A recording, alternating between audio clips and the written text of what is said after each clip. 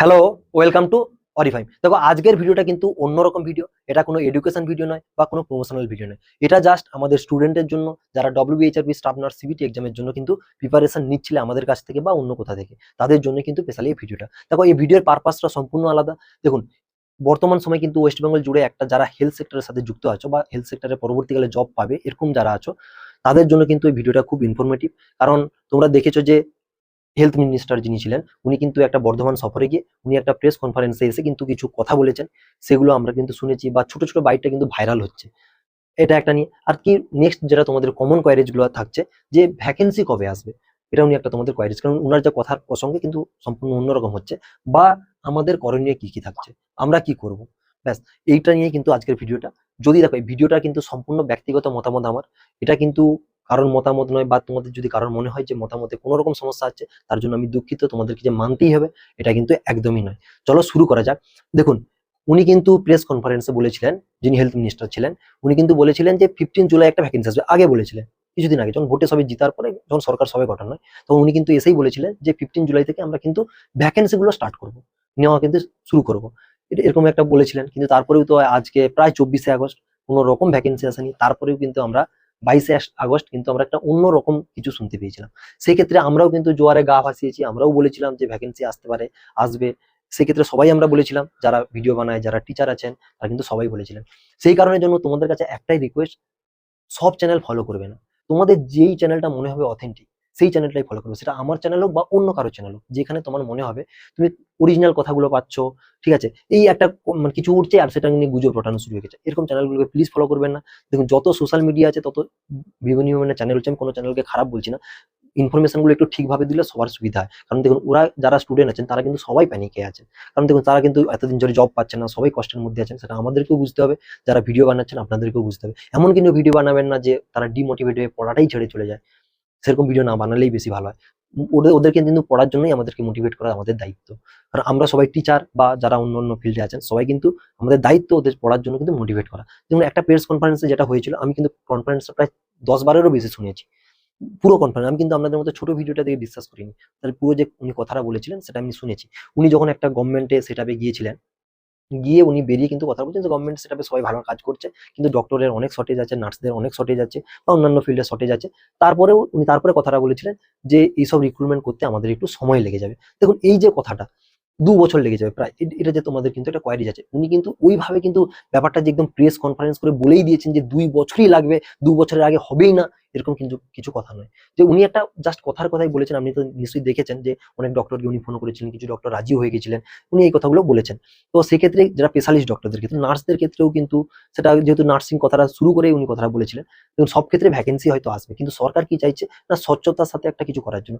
তাই তিনারা মনে করেছেন যে কোনোভাবে একটা, আগে যারা এক্সামটা কন্ডাক্ট করতো তাদের থেকে কিন্তু আমরা দূরে থেকে একটা স্বচ্ছভাবে নতুন কোনো বোর্ড গঠন করি, যিনি উনি যেটা বলতে চাইছেন যে বোর্ড গঠন করে আমরা রিক্রুটমেন্ট প্রসেসটা স্টার্ট করব। তার জন্য আমাদের কিন্তু টাইম লাগবে, টাইমটা লাগবে। তারপর আমরা কিন্তু একটু স্বচ্ছতার সাথে মেধার ভিত্তিতে যেভাবে সিবিটি এক্সাম হয় সেভাবে কিন্তু আমরা এক্সামটা কন্ডাক্ট করাবো। উনার যা বক্তব্যের মধ্যেই ছিল, যে বক্তব্যটা আমি ভালো করে শুনলাম, আমার যেটা মনে হয়েছে, উনি কিন্তু ওইভাবে টোটাল মানে একদম বলতে চাইনি যে 2 বছর পরে আমরা ভ্যাকেন্সি বের করবো, এটুকু এরকম না। উনি বলতে চাইছেন যে 2 বছরের মধ্যে আমরা ভ্যাকেন্সিটা, আমাদের একটা ভ্যাকেন্সিটা কমপ্লিট করতে 2 বছর লেগে যাবে। দেখুন, একটা কথা বুঝুন, একটা ভ্যাকেন্সি বের হলে সেই ভ্যাকেন্সিটা কমপ্লিট হতে ফর্ম ফিল আপ চললো, ফর্ম ফিল আপের পরে যা বাকি যা প্রসেস আছে পুরো কমপ্লিট হতে কিন্তু 1 বছর টাইম লেগে যায়। এটা আপনাদেরকেও বুঝতে হবে। একটা ভ্যাকেন্সি বের হলে 1 বছর লেগে যায়। আবার আপনাদেরকেও দেখবেন গভর্নমেন্ট থেকে একটা নোটিশও পাবলিশ হয়েছিল যে সিবিটি এক্সামের জন্য টাকা বরাদ্দ করা হয়েছে। কোন সালের জন্য?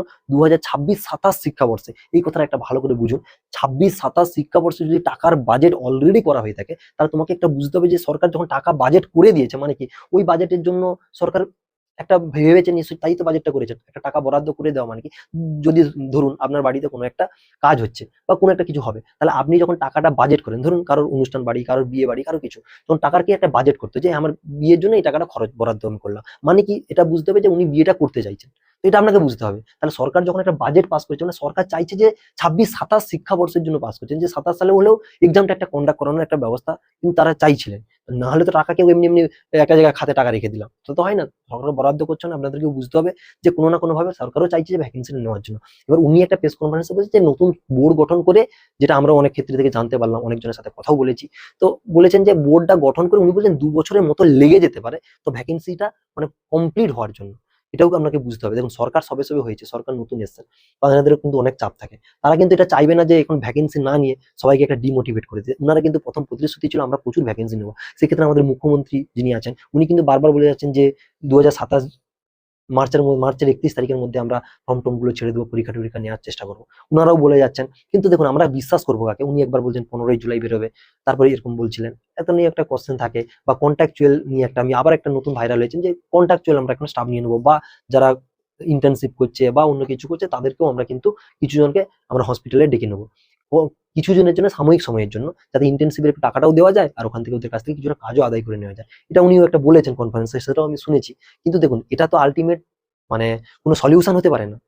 এটা তো কোনো সলিউশন হবে না যে এটাই করে সরকার চালাবে, যে ভ্যাকেন্সি নেবে না। অবশ্যই ভ্যাকেন্সি, দেখুন পরীক্ষা শুরু হবে, সিবিটির জন্য টাকা বরাদ্দ করা হয়েছে, মানে সিওর এক্সাম হবে, এটা আপনাকে বুঝতে হবে। তো আপনি যদি এটা ভেবে যে এক্সাম কবে হবে, এক্সাম 2 বছর পরে হবে, এরকম কিছু ব্যাপার নয়। সরকার এটা বলতে চাইছেন, দেখুন যদি কোনো সরকার যদি কোনো নোটিশ দিয়ে দেন একদম 2 বছর পরেই এক্সাম হবে, আবার এটাও কেউ বলতে পারেন না আপনার সরকারকে এরকম নোটিশ দিচ্ছে 2 বছরের মধ্যে পুরো এক্সাম হয়ে যাবে, এরকম না। সরকার গঠন হয়েছে মানে তা ওনাদের উপরে আমাদেরকে একটু আস্থা রাখতে হবে। দেখুন সরকার যখন তৈরি হয়ে গেছে, ওনাদের উপরে আস্থা তো রাখতে হবে আমাদেরকে। এটা আমাদের আমাদের তরফ থেকে সরকারের কাছে একটা রিকোয়েস্ট হবে, যারা পড়াশোনা করছে, যারা এতদিন ধরে পরিশ্রম করছে, অনেকে জব পাচ্ছে না, অনেকে কাজ ছেড়ে দিয়ে গিয়ে বাড়িতে বসে চাকরি বাকরি করছেন, তো তাদের ক্ষেত্রেও কিন্তু একটা সমস্যার বিষয়।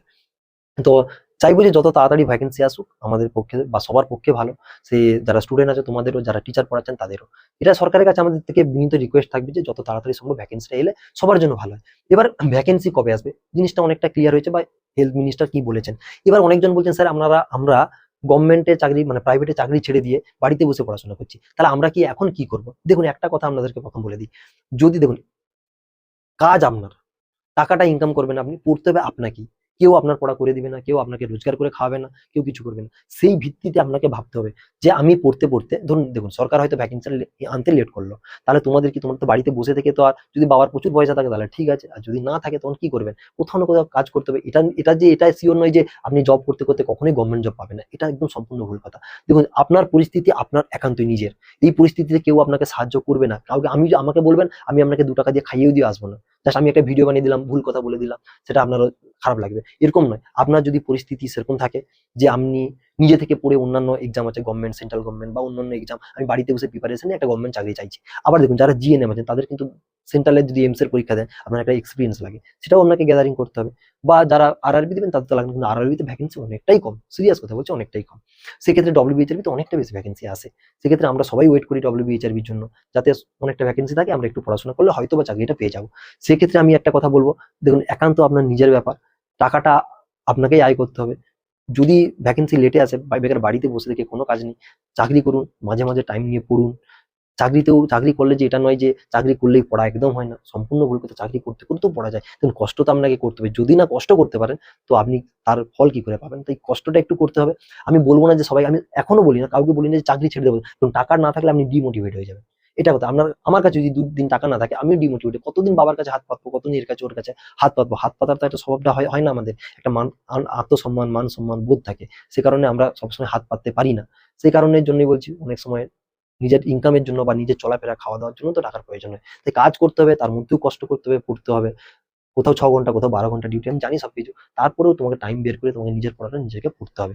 ভ্যাকেন্সি তো দেখুন একটা কথা বলতে পারি, ভ্যাকেন্সি শিওর আসবেই, এটা নিয়ে একটু নিশ্চিন্ত থাকবে না। কিন্তু কবে আসবে স্যার এরকম ভাবে তো একদম বলা যাচ্ছে না। তো ভ্যাকেন্সি আসবে, কিন্তু তার আগে যারা সিএইচও, কন্ট্রাকচুয়াল, এগুলো কিন্তু রিক্রুটমেন্ট প্রসেস গুলো শুরু হবে, এটা কিন্তু সবাই মাথায় রেখে দিবেন। একদম শিওর। আমরা আমরা কিন্তু অনেকজনের সাথে কথা বলেছি, অনেকেই বলেছেন যে যতগুলোর মানে ইগুলো হয়ে গেছে তারা তো জয়েন হলো, কিছু কিছু জায়গায় সিট ক্যান্সেল হয়েছে, প্যানেল ক্যান্সেল হয়েছে, আবার নতুন করে প্যানেল আসবে, নতুন ভ্যাকেন্সি আসবে, সেখানের জন্য প্রিপারেশন নিতে পারেন, সেখানেও পড়তে পারেন, সেগুলোর জন্য একটু নিজে নিজে সেলফ স্টাডি গুলো করতে পারেন। তো এটা হয়ে গেল। আর দ্বিতীয় আমাদের করণীয় কি? দেখুন আমাদের করণীয় কিছু নয়। দেখুন ভ্যাকেন্সি আজ নয় কালকে আসবে। গভর্নমেন্টকে দেখুন, গভর্নমেন্টকে হসপিটাল চালাতে হলে ভ্যাকেন্সির প্রয়োজন। নার্স ছাড়া, ডক্টর ছাড়া কখনো হসপিটাল সেট চলতে পারে না। কতদিন স্টুডেন্ট দিয়ে চালাতে পারবে না সরকার। সরকার সাময়িক সময়ের জন্য একটা অল্টারনেটিভ জায়গা খুঁজছেন, কিন্তু এটা নয় যে এটা কিন্তু সম্পূর্ণ সবসময় একটা সলিউশন নয়। সলিউশন ভ্যাকেন্সি নিতেই হবেই। আজ নয় কাল, কাল নয় পরশু, কবে কোনোদিন না কোনোদিন ভ্যাকেন্সি নিতে হবে। কিছু ক্ষেত্রে আমরা বলেছিলাম হ্যাঁ ভ্যাকেন্সি চলে আসবে আগস্টে, সেপ্টেম্বরে। দেখুন সরকার তো আমরা নয়, সরকার ওনারা, ঠিক আছে, ওনাদের পরিস্থিতিও বুঝতে হবে। শুধু দেখুন, একটা আমার বাড়িতে যদি কিছু হয়, আমাকেও বুঝতে হবে যে আমার বাড়িতে হয়তো টাকা পয়সা শর্টেজ আছে, কিছু একটা কাজ করতে গিয়েও আমাদের একটু ডিলে হয়। সরকার যখন কিছু করতে চাইছেন, নিশ্চয়ই এটা আপনাকে বুঝতে হবে, যখন হলে স্বচ্ছতার সাথে হবে। তাহলে সেই জন্য আমাদেরকেও একটু সরকারের সাথেও থাকতে হবে। আবার কেউ আমাকে বলতে পারেন আমি কোনো পার্টির হয়ে প্রমোশন করছি, এরকম কিছু নয়। দেখুন, আমরা টিচার, সব পার্টি যখন যেই পার্টি থাকবে সে সব পার্টিই ভালো। আপনারাই বা আমরা সবাই মিলে এনেছি, তো ওনাদের জন্য একটু ওয়েট করতে হবে। এভাবে আমি কাউকে গালিগালাজ দেবো বা কারোর নামে কিছু খারাপ কথা বলবো, সেটাও কিন্তু নয়। সবাইকে মেনে নিয়ে গুছিয়ে নিয়ে চলতে হবে। তো সরকার যখন ভাবছেন, দেখুন ওনারা তো আর হসপিটাল খালি রেখে দিতে পারবেন না। সেই জায়গায় কাউকে একটা অল্টারনেটিভ পোস্টে নিয়ে আসতেন, কন্ট্রাকচুয়াল হ্যান ত্যান করে, পরবর্তীকালে ভ্যাকেন্সি তো ওনাদেরকে নিতেই হবে, এটা তো শিওর। কারণ দেখুন, 2026-27 শিক্ষাবর্ষের জন্য টাকা বাজেট হয়ে গেছে, এটা আপনাকে বুঝতে হবে, কিন্তু গভর্নমেন্ট নোটিফিকেশন টাকা বাজেট হয়েছে। আর উনি কিন্তু প্রেস কনফারেন্স, গভর্নমেন্ট প্রেস কনফারেন্সে বলেনি, একটা র্যান্ডমলি একটা ভিজিটে গেছেন, ওখানে বলে দিয়েছেন। তো নিশ্চয়ই উনি একটা, ওনার ক্যালকুলেশন অনেক আছে, ওনাদের হয়তো ভেবেছেন কিছু একটা, তাই ওনারা এইভাবে বলেছেন যে 2 বছরের মতো লেগে যেতে। 2 বছরের মতো লেগে গেলেও কিন্তু আপনাকে বুঝতে হবে 2 বছরের মধ্যেই কিন্তু ভ্যাকেন্সিটা আসার চান্স বেশি। কারণ দেখছেন যে প্রথম দিনই কিন্তু মুখ্যমন্ত্রী জয়েন করে বলেছেন যে 60% মতো প্রায় সিট খালি কম নার্সদের ক্ষেত্রে। তাহলে তাদেরকেও তো ভ্যাকেন্সি দিতে হবে, না নিলে তো হসপিটাল চলবে কি করে? নতুন নতুন অনেক মেডিকেল কলেজ তৈরি হচ্ছে, সেখানেও কিন্তু প্রচুর ভ্যাকেন্সি লাগবে। সেখানের জন্য আর এমনি আমাদের স্টাফ ক্রাইসিস ছিল। গভর্নমেন্ট হসপিটালে যদি আপনি যান, দেখতে পাবেন একটা বড় বড় ওয়ার্ডে দুটো স্টাফ, কোনো জায়গায় 3টে স্টাফ। তো সেক্ষেত্রেও ভ্যাকেন্সির সত্যিই দরকার।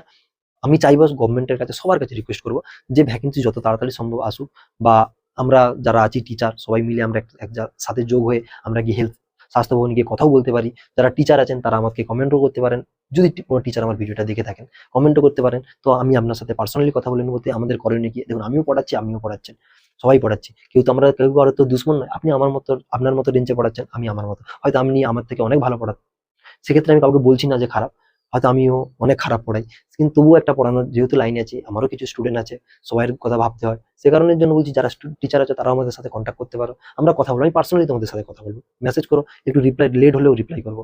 এটা এটা কিন্তু ভাববেন না যে রিপ্লাই করবো না, সবাই সাথে কথা বলবো। সবাই মিলে যদি একটা কিছু করি, সুরাহা অনেক হতে পারে। আমরা সরকারের সাথে কথা বলতে পারি যে অনেকেই আছেন, তো কি করা যায়, নেক্সট কবে ভ্যাকেন্সি আসতে পারে, সেই ব্যাপারে আমরাও যেতেও পারি।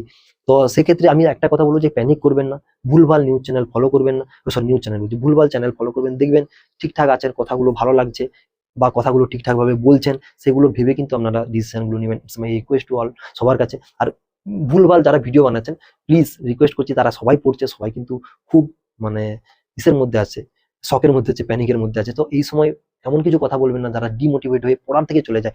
একজন যদি পড়া থেকে চলে যায় না, আমি ভাববো যে একজন বেস্ট নার্স হতে পারতো, তিনি কিন্তু পড়া থেকে সরে গেলেন, হয়তো সরে গিয়ে অন্য কোনো কাজ শুরু করে দিলেন। তো আমি বুঝবো কি একজন ট্যালেন্টেড নার্স আমাদের থেকে সরে গেলেন। তো এটা চাইবো না যে আপনার একটা ভুল কথা না 2-4টা স্টুডেন্টের মনে এমন আঘাত ফেলে দিবে, যারা পড়ার লাইনটাই হতে ছেড়ে দিল এরকম স্টুডেন্ট, বা কেউ নতুন ভাবে নার্সিং এ আসতেও চাইবে না। এটা চাইবো না, সবাই আসুক, আমরা মিলেমিশে কাজ করি, সবাই এগিয়ে যাই, এটাই আমাদের লক্ষ্য থাকবে। তো যারা স্টুডেন্ট আছে তাদের জন্য একটাই কথা বলবো, প্লিজ ডিমোটিভেট হইও না, আজ নয় কাল ভ্যাকেন্সি আসতে। এছাড়াও তো সেন্ট্রালের অনেক ভ্যাকেন্সি আছে, সেগুলোর জন্য পড়া যায়। তো এটার জন্য বলবো না যে ডিমোটিভেট, পড়ার মান সবসময় থাকবে, নলেজ ইজ ডিভাইন, এটা সবসময় আপনাকে মানতে হবে। পড়ার মান সবসময় থাকবে, আপনি যদি পড়তে থাকেন, আজ নয় কাল ভ্যাকেন্সি আসবে, আপনি চাকরি পাবেন। তো আপনি যদি ডিমোটিভেট হয়ে সরে যান, পড়বো না, এরকম ভ্যাকেন্সি আসবে না বলে দিয়েছে, এরকম কোনো ব্যাপার নেই। সরকার নিশ্চয়ই বিবেচনা করে দেখবে। আপনাদেরকে ফাঁসিয়ে দেওয়া সরকারের কিন্তু কাজ নয়। নতুন সরকার হয়েছেন, ওনাদেরকেও টাইম দিতে হবে, প্রায় 100-120 দিনের সরকার হয়েছেন, তো ওনাদেরকেও আমাদেরকে টাইম দিতে হবে। সবাই নিশ্চয়ই আমরা ওয়েট করবো ওনাদের নেক্সট ইসের জন্য। আর যারা যদি সরকারের কর্তৃপক্ষকে ভিডিওটা দেখে থাকেন, সবার কাছে একটাই রিকোয়েস্ট, আপনাদেরকেও বলবো যে যিনারা পলিটিশিয়ান লাইনে আছেন, আপনারাও দেখবেন যে নার্সদের ক্ষেত্রে যেন না বঞ্চিত কেউ না হয়, নার্স বা ডক্টর কেউ যেন না বঞ্চিত হয়। সবাইকে একটু দেখলে, সবাই জব করলে দেখুন আপনার বাড়িরও সবাই ভালো থাকবে, আমার বাড়িরও সবাই ভালো থাকবে। দেখুন, আজ যদি কোথাও কিছু হয়ে যায়, আমরা প্রাইভেট হোক গভর্নমেন্ট হোক, কোথাও না কোথাও নিয়ে যাই একজন ব্যক্তিকে, তাহলে সে কিন্তু যে ট্রিটমেন্টটা দিচ্ছে, সে একজন নার্স বা ডক্টর। তারাই যদি ডিমোটিভেট হয়, তো বেস্ট নার্সগুলোই যদি আপনার থেকে সরে চলে গেল, তাহলে বুঝতে হবে আমাদের স্বাস্থ্য ব্যবস্থাও ভেঙে পড়তে পারে। তাই চেষ্টা করবেন যে সবাই মিলে যাতে নার্সদেরকেও জাগিয়ে রাখতে পারি, বা হেলথ সেক্টরটাকে আমরা সবাই জাগিয়ে রাখতে পারি। সবাই ভালোভাবে একসাথে হাতে হাত মিলিয়ে কাজ করব। আমি তোমাদেরকে একটাই কথা বলবো, ফুল অ্যান্ড ফাইনাল পড়া ছেড়ো না, পড়তে থাকো, আজ নয় কাল ভ্যাকেন্সি অবশ্যই আসবে। হয়তো আমিও বলেছিলাম, ইটস মাই ফল্ট, অনেক সময় আমিও বলেছি বা অন্যান্য চ্যানেলও বলেছে। দেখুন, আমরা তো সবাই একটা ট্রেন্ডিং এ গা ভাসিয়ে দিই। আমিও বলেছিলাম হয়তো ভ্যাকেন্সি অনেকদিন আগে চলে আসবে। যদি আমার এইসব কথার জন্য যদি কারো খারাপ লেগে থাকে, তার জন্য আমি দুঃখিত, বা কেউ ভুল কমেন্টও করেছিলে, তো তার জন্য সত্যি খুব দুঃখিত। কিন্তু যেহেতু ভ্যাকেন্সি আসছে না, কিন্তু এটুকু বলতে হবে কন্ট্রাকচুয়াল কিছু ভ্যাকেন্সি আসবে, এটা কিন্তু তাড়াতাড়ি আসবে। কন্ট্রাকচুয়াল কিছু ভ্যাকেন্সি নেবে, বা সিএইচও বা অন্যান্য ক্ষেত্রে কিন্তু ভ্যাকেন্সি গুলো শুরু হবে, এটুকু মানে আমরা জানতেও পারছি বা হচ্ছে যে ভ্যাকেন্সি গুলো আসবে। তোমাদের কাছে একটাই রিকোয়েস্ট, এটা কোনো কাউকে সিম্পেথির ভিডিও নয় বা কোনো রকম ভিডিও নয়। যারা ভিডিওটা দেখছো, যারা WBHRB স্টাফ নার্সের জন্য প্রিপারেশন করছো, যারা ডক্টর আছেন, তাদের কাছে ভিডিওটা শেয়ার করে দিও। আজ নয় কাল তো শিওর ভ্যাকেন্সি আসবে, আজ নয় কাল তো শিওর ভ্যাকেন্সি আসবে। সেক্ষেত্রে আমরা সবাই পড়বো হাতে হাত মিলিয়ে, জব আমাদেরকে পেতেই হবে। তো সবাই তো জব পাবো না, পড়বো যতদিন মেধার ভিত্তিতে যারা পাবে তারা খুব ভালো, নাহলে নেক্সট টাইম আবার ভালো করে পড়বো।